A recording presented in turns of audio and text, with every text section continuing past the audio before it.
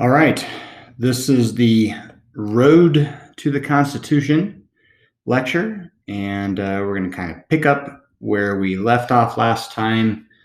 We talked about the Articles of Confederation and some of the problems that were starting to arise under it, and so we'll kind of recap that quickly.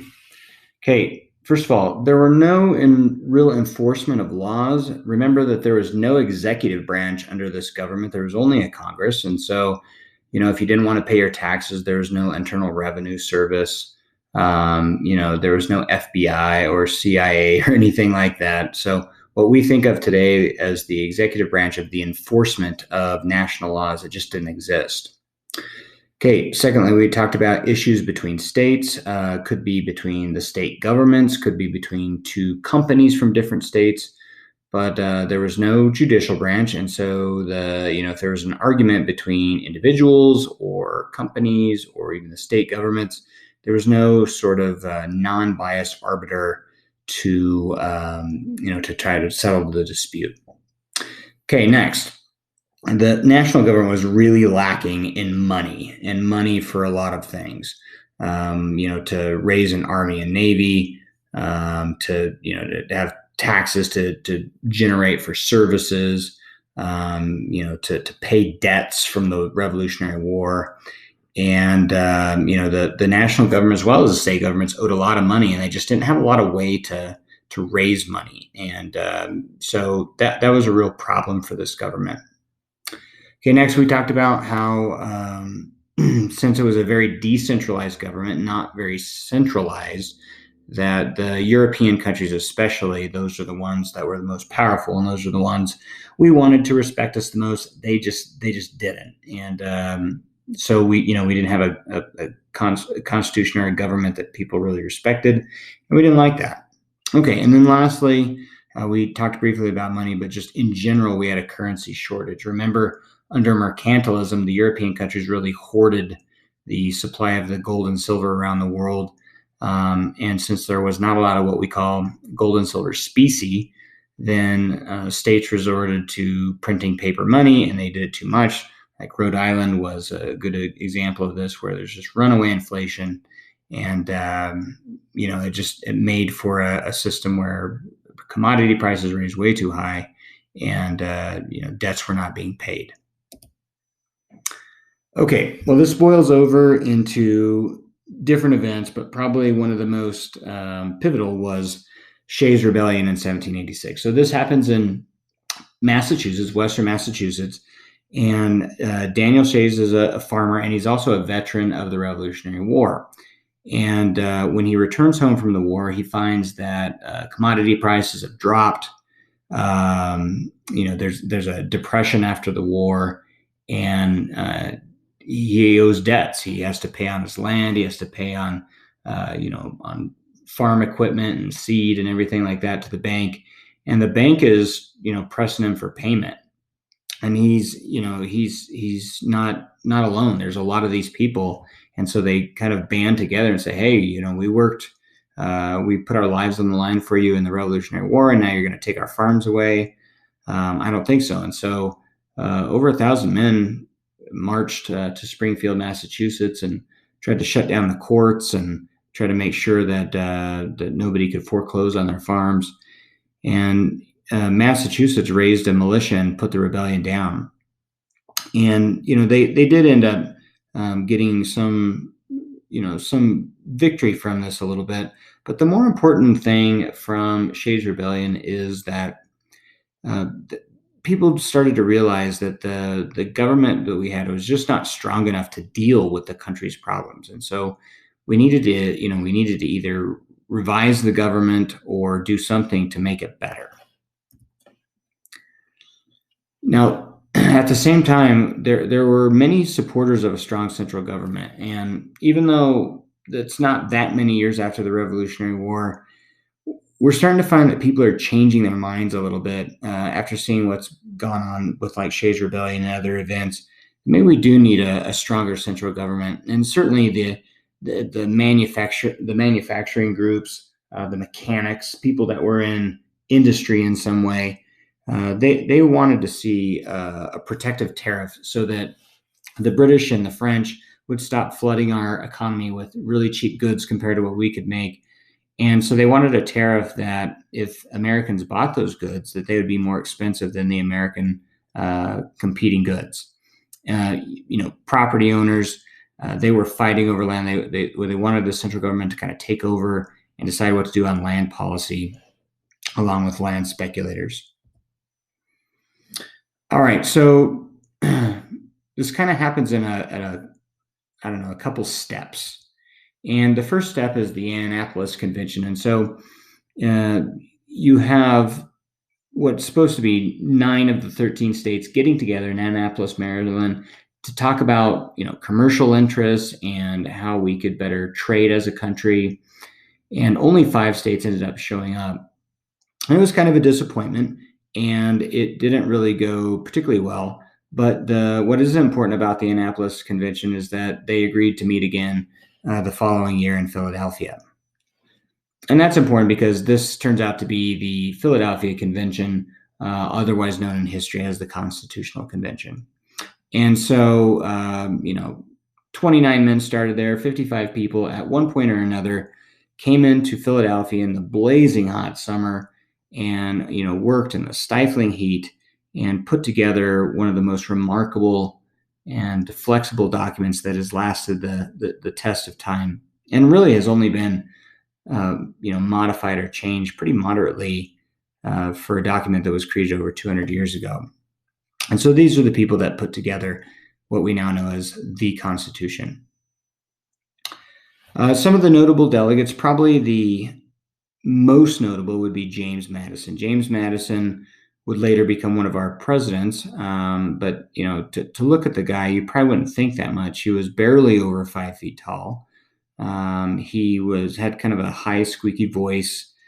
Probably wouldn't intimidate anybody, but he was probably the biggest brain there, and certainly was the most well-read and qualified to understand the different intricacies of various governments.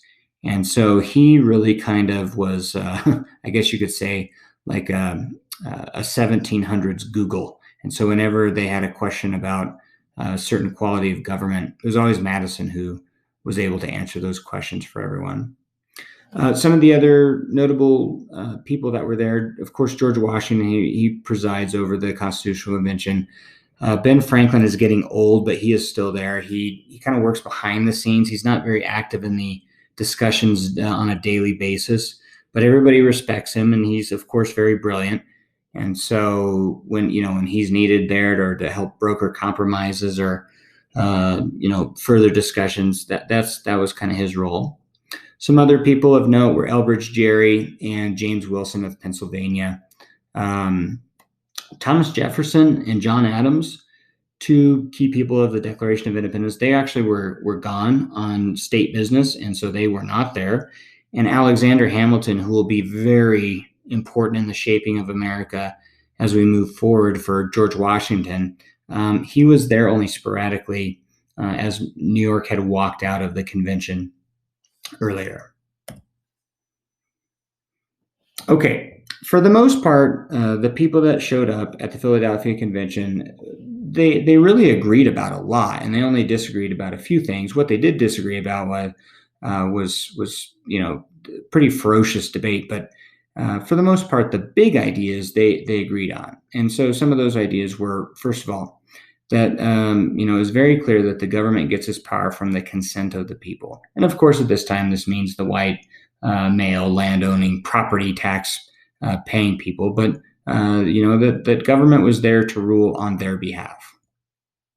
Secondly, that they were, as they were going to revise the Articles of Confederation, and as we know later, scrap it and put in a new government, that they were very clear that as the power of national government increased, that they had to have a system of checks and balances to make sure that not one person nor group could take over the powers of government and create a dictatorship. But that's probably the biggest thing that they agreed on, is that the national government needed more power, and the Articles of Confederation just was not getting it done. All right, so probably more importantly is what they disagreed on and what had to be worked out before they could create this document. So the first one was representation in Congress.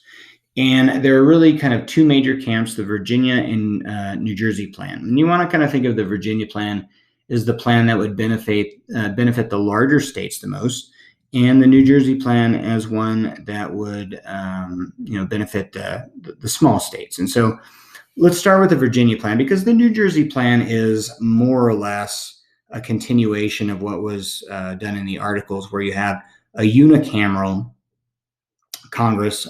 You have the one difference is that in the New Jersey plan, they did call for an executive and a Supreme Court. But really, in terms of representation in Congress, each state would still have one vote. And it was very similar in a lot of ways to the Articles of Confederation. So I think it's important that you understand the Virginia plan, because the Virginia plan in a lot of ways is what was eventually adopted. And that was a bicameral legislature. And in the lower house, which was called the House of Representatives, that would be the apportionment on that, which means that how many seats that you would get would be based on your population. And so that would favor the large states. And back then, that was Virginia, that was New York, that was Massachusetts, and today it's California and Texas and Florida and New York. So in terms of the House of Representatives, the Virginia plan definitely favored them. And then in the Senate, it would be the state legislators would elect the senators, and the people would not get to vote on who the senators were. So that was the Virginia plan. Now, the Virginia plan did call for 3 branches. And so you would have Congress. So Congress would be made up, the House, Representatives, Senate. And then you would have an executive branch that was in charge of foreign diplomacy and executing the laws that Congress made. And then you would have a Supreme Court who would make sure that kind of everybody played fair. All right, so those were the 2 plans, the Virginia and New Jersey plan. All right, the next area of disagreement was they all agreed that that the federal government needed to be more powerful, but they didn't agree on how much more powerful. What would later be called the Anti-Federalists, so kind of the small states or the kind of the agrarian backcountry, their kind of views. They wanted a stronger national government to deal with problems, but not too powerful. And then the other question that they kind of wrestled with was the question of sovereignty. Who had the sovereignty, the states or the federal government? It was very clear that the group that would be called the Federalists, they wanted the federal government's power to reign supreme. And a lot of the states' rights people, they did not. Okay, another area of disagreement was how much access to democracy would the people at large have? And of course, not many people argued for the sake of African Americans or for women or for Native Americans. So really it kind of boiled down to, would all white males get access to democracy? And, there's still many of the elite who only wanted the people that had what they felt was a stake in the country, people that owned land and paid taxes to have that democracy. And then finally, the issue of slavery. And remember that the northern states, they were on their way to getting rid of slavery themselves. They wouldn't need a constitution to do it. They just did it on their own. But the South was very much tied to slavery. And, as we get closer to the 19th century, so the early 1800s, we're going to find that cotton production is going to start taking over for tobacco production, and cotton needed even more slaves than tobacco did. And so the South is just unwilling to give up those slaves. Now, at the same time, because about a fifth of the Southern population was slaves, they wanted to use those slaves, even though the slaves didn't vote, and even though they weren't property owners themselves or paid taxes. The South wanted the slaves to be counted in representation. And so that, if they did, that would give the Southerners more representatives in Congress once they kind of adopted what amounts to the Virginia Plan. And so, they wanted their slaves to be counted in representation, but they did not want them to be counted in taxation. So we'll talk about the Three-Fifths Compromise here in just a little bit. All right, so compromise was the rule of the day. And this is, for as much as we criticize, these founding fathers for not getting rid of slavery, which was their by far their biggest mistake. In terms of government making for the 18th century, what they did was pretty amazing on coming together and putting together a document that has stood the test of time, and that over time we have improved slowly. But there's a lot of things that they got right. Okay, so representation in Congress. So that's settled by the Great Compromise, and pretty much they adopted the Virginia Plan in terms of bicameral legislature, two houses, House of Representatives, House in the Senate. But what they did is they worked in something for the small states in the Senate. So in the House of Representatives, it was done by population, and that was a victory for the large states. But for the small states, they made it equal representation. And so each state in the Senate would get 2 votes or two congressmen. And that is still the same today. So that kind of worked out for the small states. They could kind of, have their say in the Senate, whereas the large states would have their say in the House of Representatives. And just keep in mind that if it's a bill that's going to be turned into a law, it's got to go through both houses. So it's got to go through the large states house and it's got to go through the small states house. In terms of the power of the federal government and sovereignty, based on the ideas of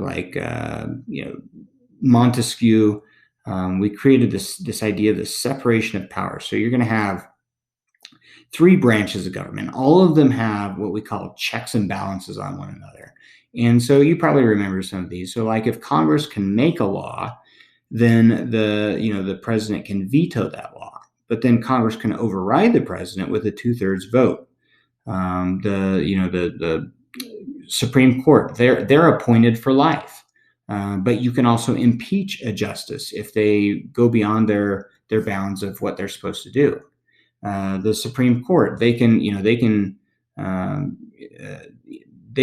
strike down a law that Congress makes, so they can use what's called judicial review.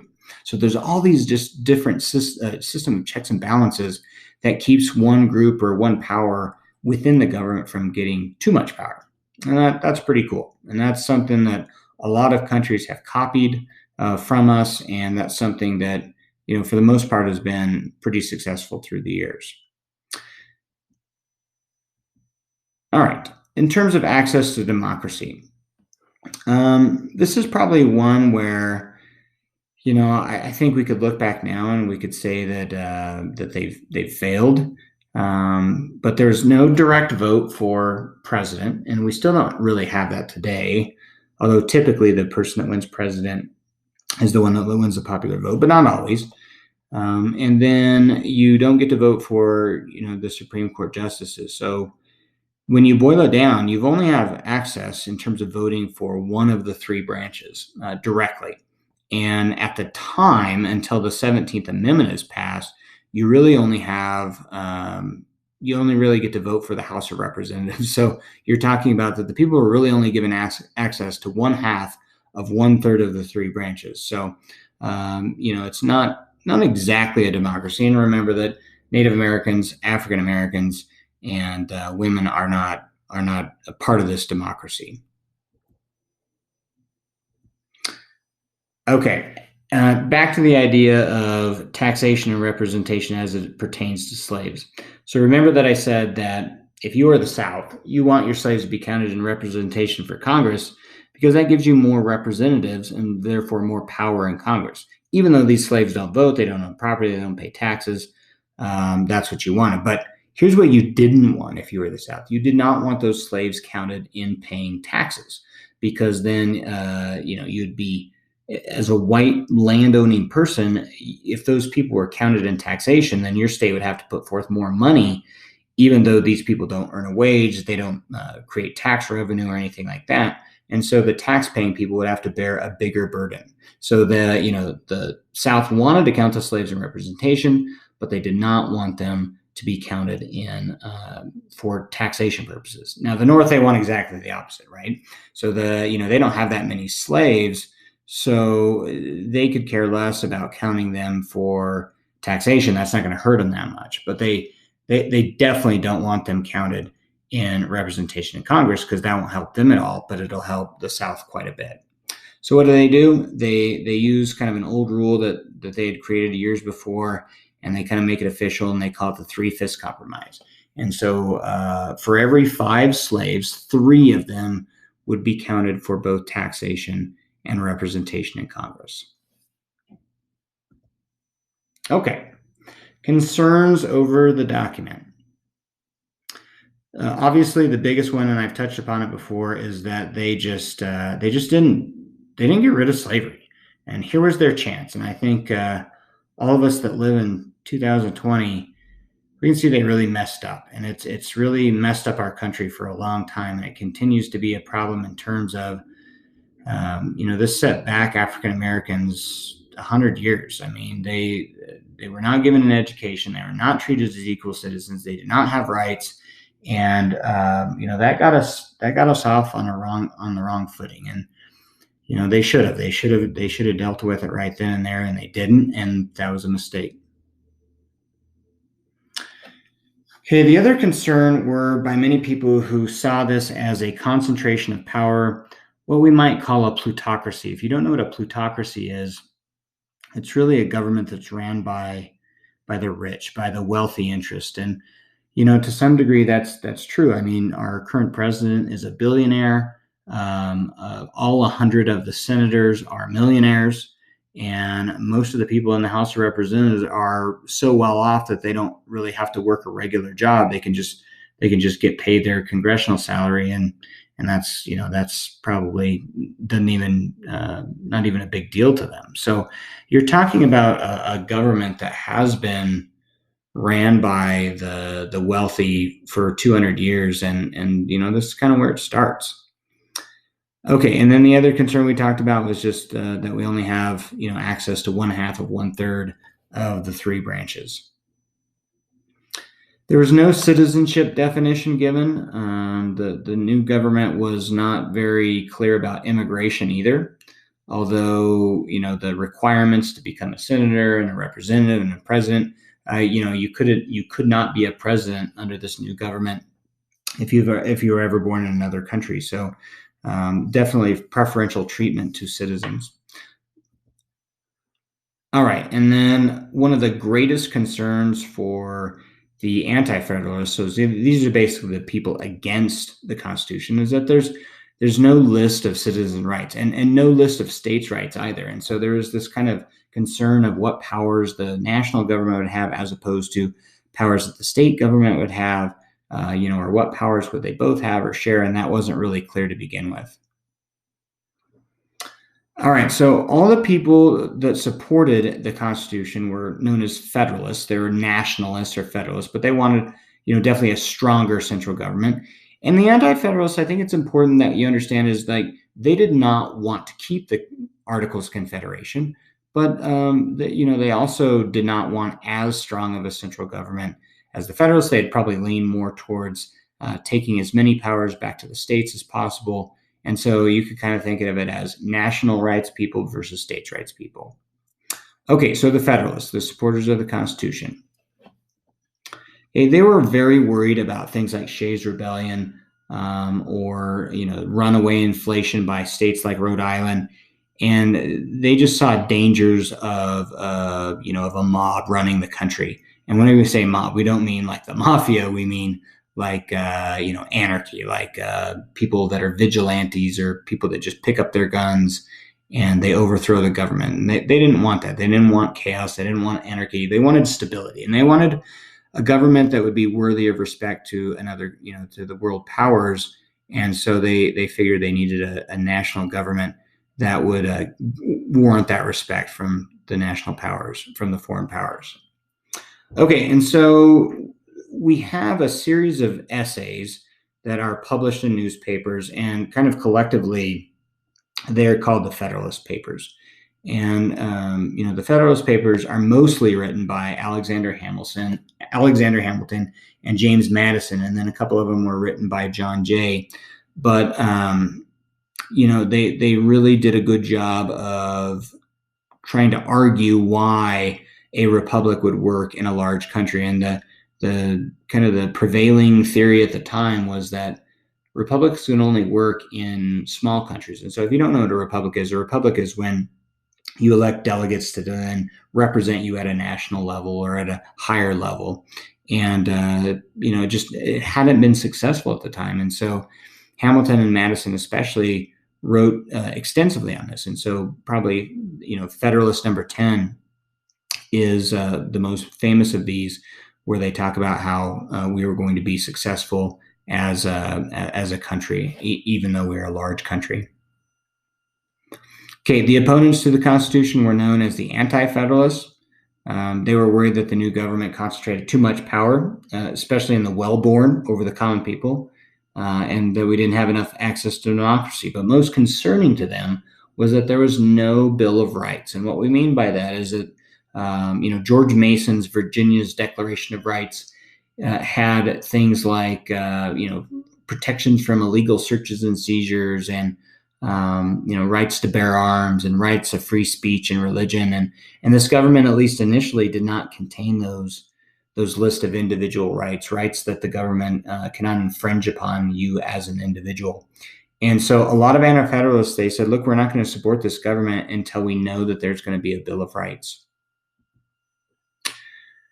Okay, and so the idea of the new government was that it would go into effect if 9 of the 13 states would vote for it, and so it would be put to a vote for ratification in 1787, and it took states quite some time before some of them would go for it, and some of them didn't pass by very much. So if you look at Rhode Island, you had a vote of 34 for and 32 against, and then states like New York, where you have the New York City area where they're very much for it, and then the backcountry against. And that's kind of a theme that we see. So if you take a look down in the South, and you see like Virginia, and you see North Carolina and South Carolina, the backcountry was anti-federalist majority. And these are backcountry farmers.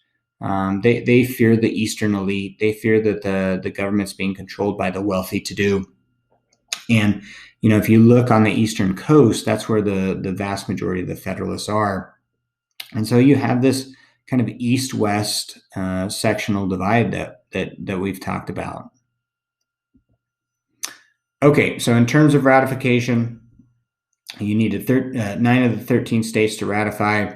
And really, in particular, there were 3 states, I would say, that were the most important. If you didn't get those 3 states, then the government probably wouldn't have mattered that much, because those 3 states mattered really more than anybody. They had more wealth and more power and more influence and a greater population than any of those.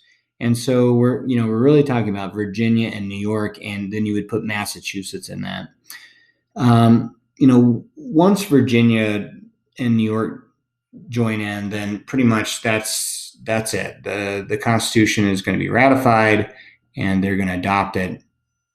And really, other than North Carolina and Rhode Island, who have a very strong distrust of the central government, even they finally end up eventually coming in and ratifying. And so we eventually get all 13 states to ratify, and that's it. The new government is put into work.